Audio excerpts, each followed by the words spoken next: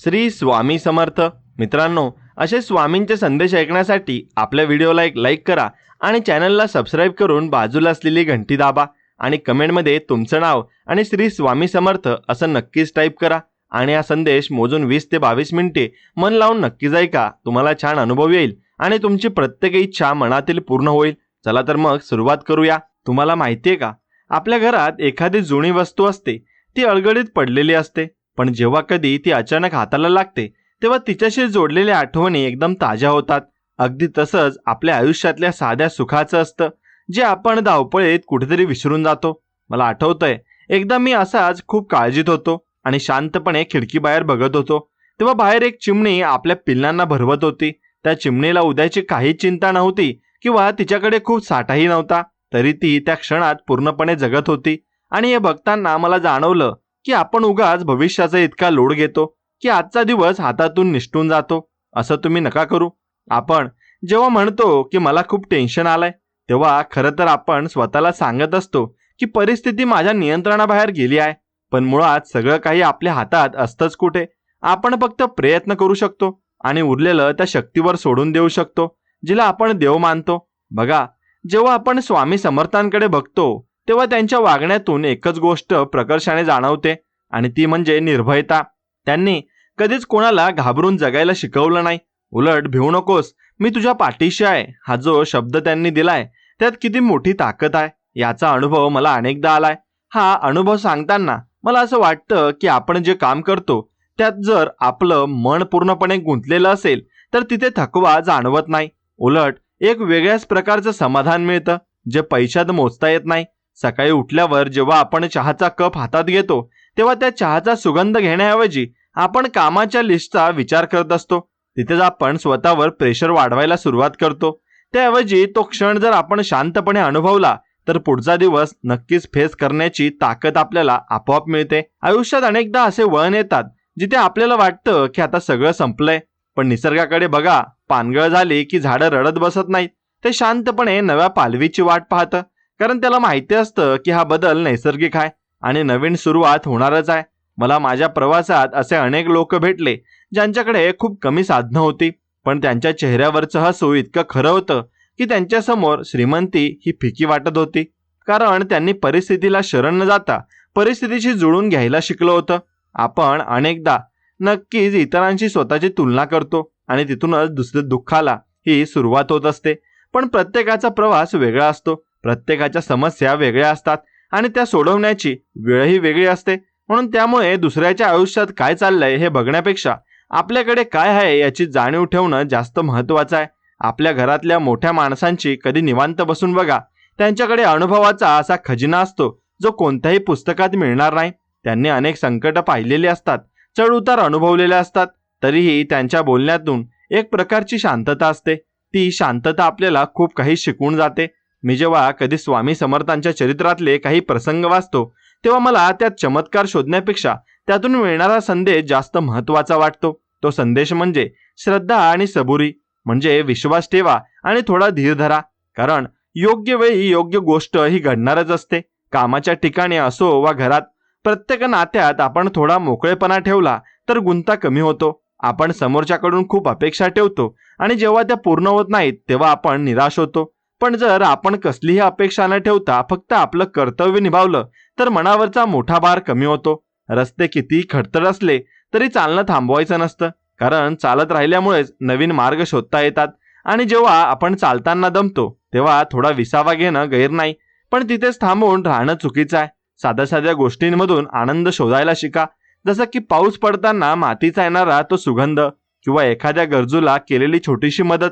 यातून जी ऊर्जा मिळते ती कोणत्याही मोटिवेशनपेक्षा मोठी असते. आणि मला खात्री आहे की तुमच्याही आयुष्यात असे अनेक छोटे छोटे क्षण असतील जे तुम्हाला खूप काही नक्कीच देऊन गेले असतील, पण आपण ते टिपायला विसरलो असू. आजपासून फक्त इतकंच करा की दिवसातला थोडा वेळ स्वतःसाठी नक्कीच काढा आणि विचार करा की मी कोणासाठी आज काहीतरी चांगलं काम केलं का, किंवा मी स्वतःसाठी काहीतरी चांगलं केलं का. आयुष्यातलं गणित हे पुस्तकी गणितापेक्षा वेगळं असतं. इथे कधी कधी 2 आणि 2 5 ही होतात आणि कधी 0ही उरतो, पण ही अनिश्चितताच जगण्याची मजा वाढवते. जर सगळं काही ठरल्याप्रमाणे झालं असतं तर त्यात काहीच रस उरला नसता. जेव्हा आपल्याला खूप भीती वाटते तेव्हा फक्त एकच गोष्ट लक्षात ठेवा की ज्या शक्तीने आपल्याला निर्माण केलंय ती शक्ती आपल्याला वाऱ्यावर सोडणार नाही. फक्त आपल्याला त्या शक्तीवर विश्वास ठेवून आपलं कर्म प्रामाणिकपणे करायचं आहे. आपण अनेकदा विनाकारण गोष्टींचा गुंता करतो, साध्या प्रश्नांना अवघड उत्तर शोधतो, पण वास्तव्य असतं की उत्तरं नेहमी साधीच असतात. फक्त ती स्वीकारण्याची आपली तयारी नसते. आपल्या आजूबाजूला असलेल्या लोकांच्या चुका माफ करायला शिका, कारण कोणाबद्दलही राग मनात धरून ठेवणं म्हणजे स्वतःचं विष पिऊन हे दुसऱ्यांच्या मरण्याची वाट पाहण्यासारखं आहे. म्हणून माफ केल्यामुळे समोरच्याला काही फरक पडो वा न पडो, पण आपलं मन मात्र हलकं होतं. आयुष्यातले चढ उतार हे हृदयाच्या धडधडीसारखे असतात. जर ती रेघ सरळ झाली तर त्याचा अर्थ काय होतो हे आपल्याला माहितीच आहे. त्यामुळे अडचणी येत असतील तर समजा की तुम्ही जिवंत आहात आणि प्रगती करत आहात. स्वामी समर्थ हे नेहमी म्हणायचे की कलेवर प्रेम करा. याचा अर्थ असा की आपण जे काही करतो ते एका कलेसारखं मनापासून केलं पाहिजे. मग ते स्वयंपाक करणं असो किंवा एखादी मोठी बिझनेस डील असो. जेव्हा कामात जिवंतपणा येतो तेव्हा त्या कामाचं स्वरूप बदलून जातं. मला वाटतं की आपण खूपदा स्वतःला कमी लेखतो. आपल्याला वाटतं की मी काय करू शकतो, पण एक छोटासा दिवा सुद्धा पूर्ण अंधार दूर करू शकतो हे आपण विसरतो. तुमच्यात असलेली ताकद ओळखा आणि ती सकारात्मक कामासाठी वापरा. आपण ज्या समाजात राहतो ना तिथे अनेकांना एकमेकांना आधार देणं खूप गरजेचं आहे. कारण एकट्याने प्रवास करणं सोपं असतं, पण सोबत घेऊन प्रवास करणं जास्त आनंददायी असतं. आयुष्यात कोणतीही गोष्ट कायमस्वरूपी नसते. दुःख आलंय तर ते जाणारच आहे आणि सुख आलंय तर ते कायम टिकणार नाही. त्यामुळे दोन्ही परिस्थितीत स्वतःला स्थिर ठेवणं हीच खरी साधना आहे. सकाळी उठल्यावर आरशात बघून स्वतःला एकदा हसून म्हणा की आजचा दिवस खूप छान जाणार आहे. ही छोटीशी गोष्ट तुम्हाला तुमच्या पूर्ण दिवसाची दिशा बदलून टाकते. आणि कारण आपले विचारच आपलं भविष्य घडवत असतात. कधी कधी शांत बसून स्वतःच्या श्वासाकडे लक्ष देऊन बघा. तो श्वास जो आपल्याला न सांगता चालू आहे, आपल्याला जागवत आहे आणि त्या एका श्वासात किती मोठी शक्ती दडलेली आहे. आपण त्याकडे कधीच लक्ष देत नाही. आपल्या जबाबदाऱ्या पार पाडताना स्वतःचं आरोग्य आणि स्वतःची शांती याकडे दुर्लक्ष करू नका. कारण जर तुम्ही आतून ठीक नसाल तर तुम्ही बाहेरच्या जगाला काहीच देऊ शकणार नाही. स्वामी समर्थांच्या वास्तव्यामुळे अक्कलकोटी जागा जशी पावन झाली आहे ना, तसंच आपल्या मनात जर चांगले विचार असतील तर आपलं हृदय हेच एक मंदिर म्हणू शकतं, जिथे आपल्याला नेहमी शांतता लाभेल. आयुष्यातल्या प्रत्येक अनुभवाकडून काहीतरी शिकण्याचा प्रयत्न करा. मग तो अनुभव चांगला असो वा वाईट. कारण शिक्षक शिकवून परीक्षा घेतो, पण आयुष्य आधी परीक्षा घेतं आणि मग शिकवतं. लोकांच्या बोलण्याकडे जास्त लक्ष देऊ नका, कारण लोकांचं कामच असतं बोलणं. तुम्ही तुमचं काम प्रामाणिकपणे करत राहा. यश मिळालं की हेच लोक तुमच्या पाठीवर कौतुकाची थाप मारायला येतील. कधी कधी हारल्यासारखं वाटणं खूप स्वाभाविक आहे, पण त्या हारण्याला अंतिम सत्य मानू नका. ही फक्त एक पायरी आहे जी तुम्हाला पुढच्या विजयाकडे नेणार आहे. आपल्या घरातल्या लहान मुलांशी खेळा. त्यांच्या निरागसतेत जे सुख आहे ना ते कशातच नाहीये. ते आपल्याला पुन्हा एकदा साध्या गोष्टींमध्ये कसं खुश राहायचं ते शिकवतात. रात्री झोपण्यापूर्वी मनावरचे सगळे ओझे उतरून ठेवा. उद्याची काळजी उद्यावर सोडा आणि त्या परमात्म्याला धन्यवाद द्या की त्याने आजचा दिवस सुखरूप पार पाडलाय. हे सगळं सांगताना मला असं वाटतं की आयुष्य हे खूप सुंदर आहे, फक्त ते बघण्याची दृष्टी आपल्याला बदलायची आहे.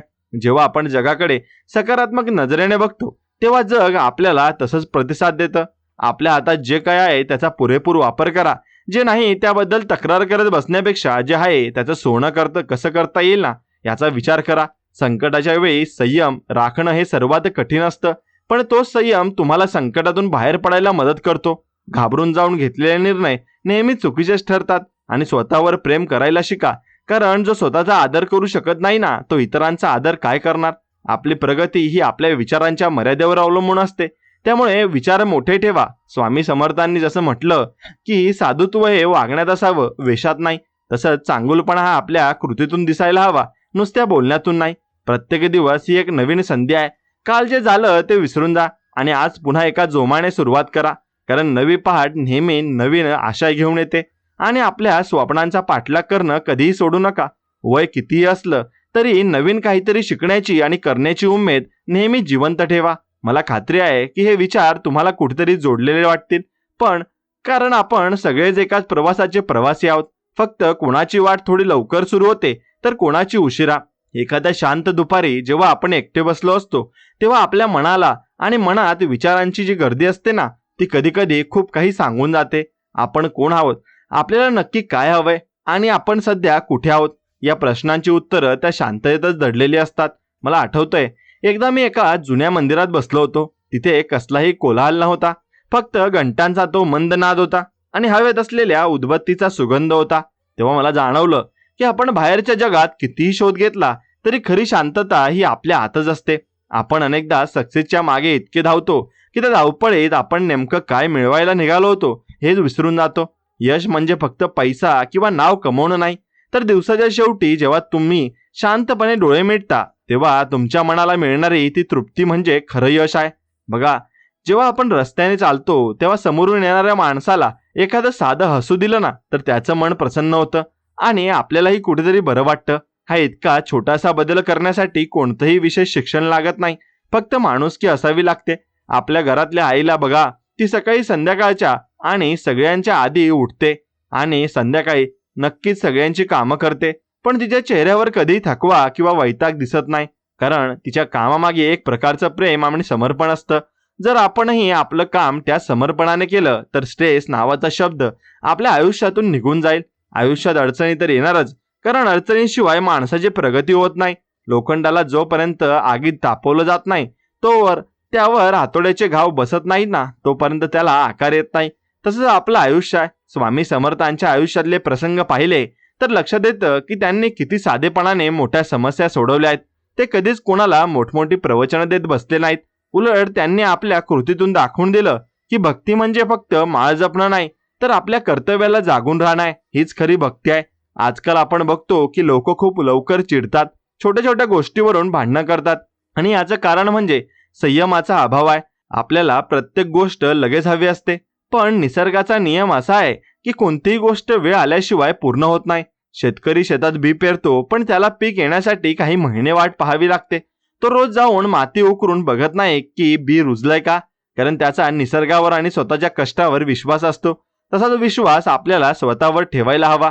आपण अनेकदा नकारात्मक विचारांच्या जाळ्यात अडकतो आणि कोणीतरी काहीतरी बोललं की आपण त्याचा दिवसभर विचार करतो आणि स्वतःचा मूड खराब करून घेतो. पण विचार करा, त्या व्यक्तीने फक्त शब्द उच्चारले, ते आपल्या मनात ठेवायचे की बाहेर फेकून द्यायचे हे पूर्णपणे आपल्या हातात आहे. आपल्या शरीराची काळजी घेणं ही सुद्धा एक प्रकारची देवाची पूजाच आहे, कारण हे शरीर आहे तरच आपण आपलं कर्म करू शकतो. त्यामुळेच वेळेवर जेवण, थोडा व्यायाम करणं आणि पुरेशी झोप घेणं या गोष्टींना आयुष्यात प्राथमिकता द्यायला हवी. मला अनेकदा वाटतं की आपण मोबाईलच्या दुनियेत इतके हरवून गेलो आहोत की आपल्या आजूबाजूला बसलेल्या माणसांशी बोलायला सुद्धा आपल्याकडे वेळ नाहीये.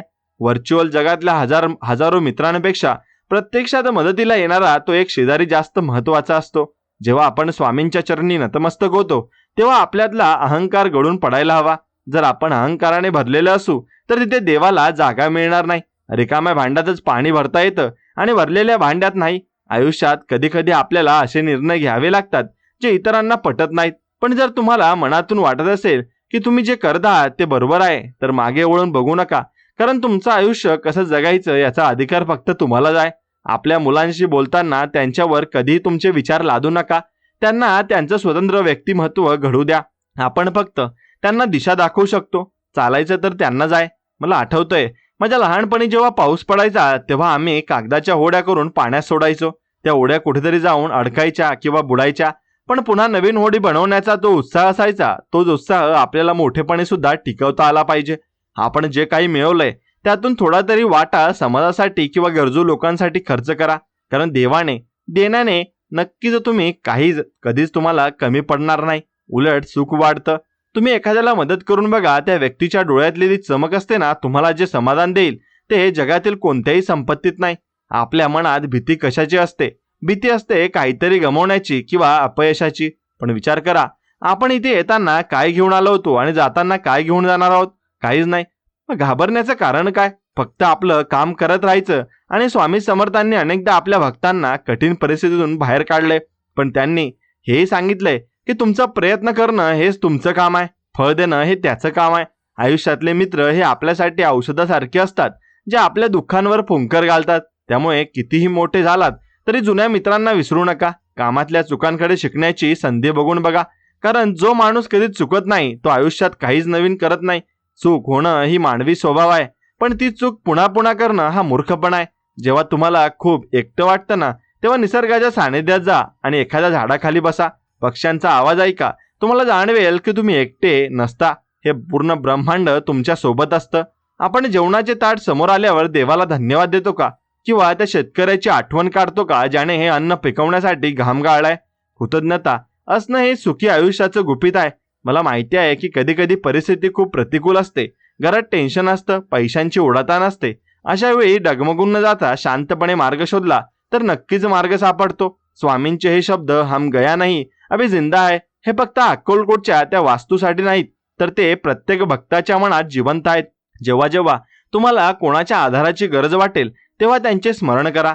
तुम्हाला आपोआप ताकद मिळेल आणि आपल्या आयुष्यातली साधी माणसं जसं की दूधवाला, कचरा घेणारा माणूस किंवा पोस्टमन या लोकांशी सुद्धा आदराने बोला. कारण प्रत्येक माणूस स्वतःच्या आयुष्यात एक लढा लढत असतो किंवा आणि तुमच्या एका चांगल्या शब्दाने त्याचा लढा सोपा होऊ शकतो. आयुष्याची दोरी त्या विधात्याच्या हातात आहे. त्यामुळे पुढची चिंता सोडून आजचा दिवस आनंदाने कसा घालवता येईल याचा प्रयत्न करा. आपल्या घरी येणाऱ्या पाहुण्यांचं स्वागत हसून करा. कारण आपल्या संस्कृतीत अतिथीला देव मानलं जातं. जे लोक तुम्हाला त्रास देतात किंवा तुमची निंदा करतात त्यांच्याकडे दुर्लक्ष करा. कारण सूर्यावर थुंकण्याचा प्रयत्न केला तर ती थुंकी स्वतःच्याच अंगावर पडते. म्हणून तुमची स्वप्न मोठी ठेवा, पण पाय जमिनीवर असू द्या. जगात सगळ्यात मौल्यवान गोष्ट कोणती असेल तर ती म्हणजे वेळ आहे. गेलेला वेळ पुन्हा कधीच परत येत नाही. म्हणून प्रत्येक क्षण अशा प्रकारे जगा की नंतर त्यांची खंत वाटणार नाही. आपण मंदिरात जातो, तिथे दर्शन घेतो, पण खऱ्या अर्थाने देव तेव्हाच भेटतो जेव्हा आपण स्वतःच्या आत बघायला शिकतो. मला असं वाटतं की प्रत्येक माणसाने दिवसातून किमान 15 मिनिटं शांत बसून स्वतःशी संवाद साधला पाहिजे. यालाच आपण इंट्रोस्पेक्शन म्हणू शकतो. आणि यामुळेच आपल्या आयुष्यातले अनेक गोंधळ सुटतात. आयुष्यात कोणतीही गोष्ट मिळवण्यासाठी शॉर्टकट शोधू नका. कारण शॉर्टकटने मिळवलेली गोष्ट फार काळ टिकत नाही. कष्टाने मिळवलेलं फळ हे नेहमी गोड असतं. आपली भाषा ही आपली ओळख असते. त्यामुळे बोलताना नेहमी नम्रता आणि स्पष्टता ठेवा. जेव्हा कधी तुम्हाला असं वाटेल की नशिबाने तुमची साथ सोडली आहे तेव्हा आठवा की तुमच्याकडे अजूनही तुमचे हात आणि तुमचं मन सुरक्षित आहे, ज्याच्या जोरावर तुम्ही पुन्हा जग उभं करू शकता. स्वामी समर्थ हे केवळ एक नाव नाही, तर ती एक ऊर्जा आहे जी आपल्याला संकटात स्थिर राहायला शिकवते. आपल्या कामाप्रती निष्ठा ठेवा. जर तुम्ही तुमच्या कामाशी प्रामाणिक असाल तर जग तुमच्याशी प्रामाणिक राहील. जीवनाचा हा जो प्रवास आहे ना, तो एक उत्सव म्हणून साजरा करा, ना की ओझं म्हणून. आपल्या आसपासच्या प्राण्यांवर, पक्ष्यांवर प्रेम करा. त्यांना त्रास देऊ नका, कारण ते सुद्धा या सृष्टीचा महत्त्वाचा भाग आहेत. मला खात्री आहे की जीवनाकडे बघण्याचा हा साधा दृष्टिकोन तुम्हाला एक वेळ शांती देईल. प्रत्येक लहान गोष्टीचे कौतुक करायला शिका. आणि कारण मोठ्या गोष्टी तर कधी कधीच घडतात, पण लहान गोष्टी रोज घडत असतात. एखाद्या वडाच्या झाडाखाली उभं राहिल्यावर जशी एकदम गारवा जाणवतो ना आणि मनावरची सगळी मरगळ निघून जाते ना, तसंच काहीसं आयुष्यातल्या साध्या विचारांचं असतं जे आपल्याला मुळाशी जोडून ठेवतात. तुम्हाला माहितीये का, आपण अनेकदा अशा गोष्टींची चिंता करत बसतो ज्या कधी घडणारच नसतात. आपल्या कल्पनेतल्या भीतीमुळे आपण आजचा जिवंत क्षण मारून टाकतो. मला आठवतंय, एकदा एका गावी जाताना वाटेत पाऊस सुरू झाला. मी एका छोट्या चहाच्या टपरीवर थांबलो. तिथे एक म्हातारा माणूस अगदी शांतपणे विडी ओढत पावसाकडे बघत बसला होता. त्याच्या चेहऱ्यावर ना कसली घाई होती ना कसली चिंता होती. मी त्याला विचारलं की बाबा, पाऊस सुरू झालाय, तुमचं नुकसान नाही का होणार? त्यावर तो हसून म्हणाला, लेकरा, पाऊस पडणं त्याच्या हातात आहे आणि चहा पिणं माझ्या हातात आहे. जे माझ्या हातात आहे त्याचा आनंद मी का घेऊ नये? त्या एका वाक्याने मला जीवनाचा किती मोठा धडा दिला. आणि आपण नेहमी निसर्गाच्या किंवा नशिबाच्या विरोधात नक्कीच जाण्याचा प्रयत्न करतो, पण जे आपल्या नियंत्रणात नाही त्याचं टेन्शन घेऊन काय फायदा? आपण जेव्हा म्हणतो की मला खूप प्रेशर जाणवतंय, तेव्हा नीट विचार करून बघा की ते प्रेशर बाहेरून आलंय की आपण स्वतःच्या मनावर लादलंय. रोजच्या धावपळीत नक्कीच आपण घरासाठी, मुलांसाठी, पैशासाठी धावतो, पण ज्यांच्यासाठी हे सगळं करतोय त्यांच्याशी 2 शब्द प्रेमाने बोलायला आपल्याकडे वेळ नसतो. मग त्या कमवलेल्या पैशाला काय अर्थ उरतो? बघा, घरातली जुनी माणसं नेहमी म्हणायची की अंथरूण पाहून पाय पसरावेत. याचा अर्थ फक्त आर्थिक मर्यादा पाळणे असा नाही, तर आपल्या गरजा आणि आपल्या इच्छा यातला फरक समजून घेणं असा आहे. जेव्हा आपल्या गरजा मर्यादित असतात तेव्हा आपलं मन जास्त शांत असतं. आपण स्वामी समर्थांच्या चरित्रात पाहतो की त्यांच्याकडे येणारा प्रत्येक माणूस काही ना काही समस्या घेऊन यायचा. कुणाला धन हवं असायचं, कुणाला आरोग्य, तर कुणाला फक्त मानसिक शांती. स्वामींनी प्रत्येकाला त्याच्या पात्रतेनुसार दिलं, पण त्याहीपेक्षा महत्त्वाचं म्हणजे त्यांनी प्रत्येकाला स्वतःच्या कर्मावर विश्वास ठेवायला शिकवलं. कर्म हे असं बीज आहे जे आज ना उद्या फळ देणारच आहे. फक्त आपण ते पेरताना त्याच किती प्रामाणिकपणा ठेवला आहे हे महत्वाचं आहे. आपल्या कामाच्या ठिकाणी अनेकदा राजकारण चालतं, लोक पाय खेचण्याचा प्रयत्न करतात आणि अशा वेळी आपणही त्यांच्यासारखंच वागायला गेलो तर आपल्यात आणि त्यांच्यात काय फरक उरला? चिखलात कमळ फुलतं पण ते चिखलाला आपल्या अंगाला लागू देत नाही. तसं आपणही अशा लोकांपासून स्वतःला वेगळं ठेवून आपलं काम करत राहिलं पाहिजे. मला अनेकदा असं वाटतं की आपण आपल्या मुलांच्या यशाच्या व्याख्या चुकीच्या शिकवतोय. आपण त्यांना सांगतो की तुला वर्गात पहिलं यायचंय, तुला मोठी नोकरी मिळवायची आहे, पण आपण त्यांना हे कधी सांगणार की तुला एक चांगला माणूस बनायचा आहे, जो इतरांच्या दुःखात धावून जाईल आणि जो स्वतःच्या मेहनतीवर विश्वास ठेवेल. आयुष्यात कधी कधी असं वाटतं की सगळी दारं बंद झाली आहेत, पण लक्षात ठेवा, जेव्हा एक दरवाजा बंद होतो तेव्हा निसर्ग दुसरा दरवाजा उघडण्यासाठी आपल्याला तयार करत असतो. आपण फक्त त्या जुन्या बंद दरवाजाकडे बघत रडत बसतो, म्हणून आपल्याला नवीन मार्ग दिसत नाही. स्वामी समर्थांच्या त्या अक्कलकोटमधल्या वास्तव्यात त्यांनी कधीच कोणाला असं सांगितलं नाही की तुम्ही संसार सोडून हिमालयात जा. उलट त्यांनी सांगितलं की संसारात राहून सुद्धा तुम्ही परमेश्वराची जोडून राहू शकता. भक्ती म्हणजे फक्त मंदिरात जाणं नाही, तर आपल्या घरातल्या आई वडिलांची सेवा करणं, आपल्या कामाशी प्रामाणिक राहणं, ही सुद्धा एक मोठी भक्तीच आहे. आजकाल सोशल मीडियाच्या काळात आपण इतरांच्या आयुष्यातल्या आनंदाचे फोटो बघतो आणि आपल्याला वाटतं की त्यांचं आयुष्य किती सुंदर आहे आणि माझं किती वाईट आहे. पण फोटो मागचं सत्य कोणालाच माहिती नसतं. प्रत्येक घराच्या भिंतीमागे एक संघर्ष दडलेला असतो. त्यामुळे कोणाच्या बाह्य रूपावरून स्वतःच्या आयुष्याची तुलना करणं थांबवा. मला माझ्या प्रवासात असे अनेक तरुण भेटले जे खूप लवकर हताश होतात आणि एखादं अपयश आलं की त्यांना वाटतं की सगळं संपलंय. पण विचार करा की थॉमस अल्वा एडिसनने जेव्हा बल्बचा शोध लावला तेव्हा तो 1000 वेळा अपयशी झाला, आणि पण त्याने त्या 1000 चुकांचा अपयश न मानता ते न चालणारे 1000 मार्ग मानले. आणि ही दृष्टी आपल्याला हवी असते. आपल्या आरोग्याकडे लक्ष देणं ही सुद्धा आपली एक जबाबदारी आहे. जर तुमचं शरीर तुम्हाला साथ देत नसेल तर तुम्ही जगावर विजय मिळवून सुद्धा काहीच उपयोग नाही. दिवसातून थोडा वेळ शांतपणे चालणं किंवा डोळे मिटून बसणं तुम्हाला आतून किती ताकद देऊ शकतं याचा अनुभव घेऊन बघा.